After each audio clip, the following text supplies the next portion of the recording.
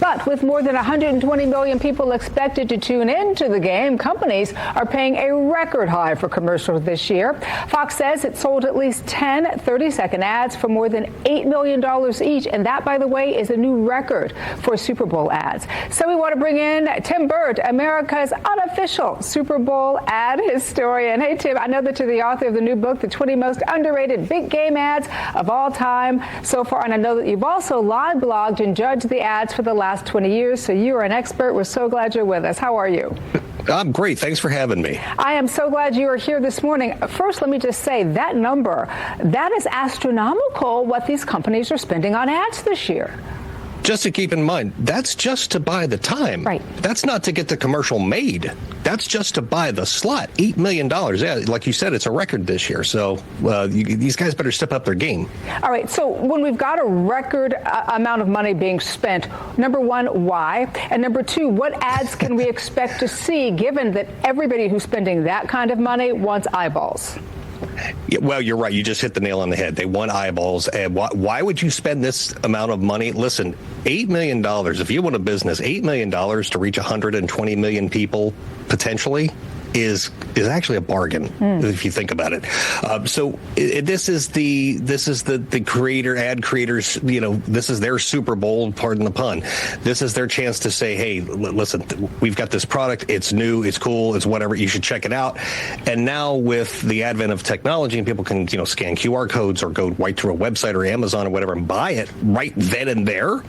There's no better deal, I think, for a business than to get an instant return on that investment. Right. What we've seen this year, of course, is crypto AI really doing gangbusters this year in terms of getting eyeballs on them on the internet. Can we expect to see that crossover now into our television screens in terms of ads?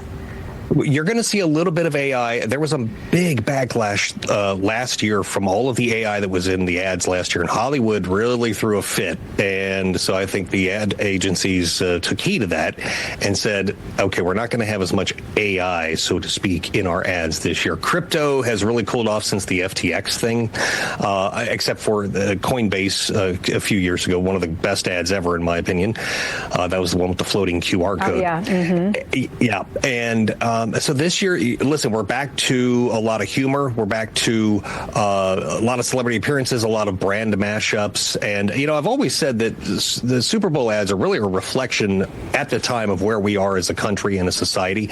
And so we're back to humor. We're back to deals. We're back to cool stuff and, helping people out through these little short bursts of messages. And sometimes, people will push the envelope a little bit, right, to make these ads memorable. So do you think there's going to be some of that this year? Oh, there will be. Unfortunately, sometimes it's for the wrong reasons. Some of these ads get so crazy, and they're so outlandish that people really lose the message of the ad.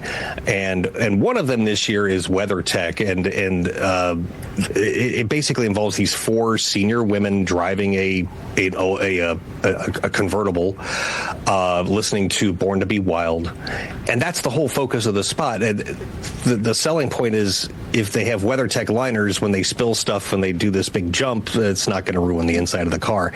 It's a big setup for a kind of a weak payoff, in my opinion. That's just my opinion. But, again, you're spending all this money.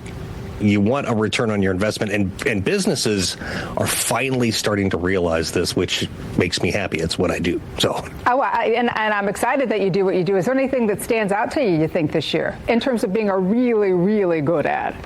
There's one that's going to shock people if you have not seen it. If you think of what people do during the Super Bowl, we sit around and we munch, we eat, binge eat on all these chips and junk food, all this stuff. The company Hims and Hers is going to absolutely hit your guilty conscience right in the face because they're talking about making it's worth we're making America healthy, and they're saying, listen, the system that we're in is designed to keep you fat, sick, and broke, and if you really need to lose weight, check out our product. Here's what it is. And it's a 60-second ad, and I'm telling you, if you're paying even remote attention, it will make you sit up and pay even more attention. It's that good. And I guess that's a point of it, to make sure that you take away, because we talk about the ads the next day right here on Good Day Orlando in terms of some of the best, right, and some of the worst. What happens, and I know we have to run here, but what happens when an ad flops? To me, that is just, I can't even imagine what those Monday morning meetings are like in those offices. Probably not very good. Well, listen, we got our ad in front of all these people. Maybe our target audience saw it and reacted to it. That's the best you could hope for, in my opinion. Other than that, hey, if you want to do it again, there's always next year. Yeah, grab another $8 million. Hey. Right. All right, Tim Burt, I hope we can talk to you after the Super Bowl as well. Thanks so much for being with us this morning. Would love to. Thank you. I appreciate you. Thanks for joining us. All right, the time right now is 8:50. Let's check in with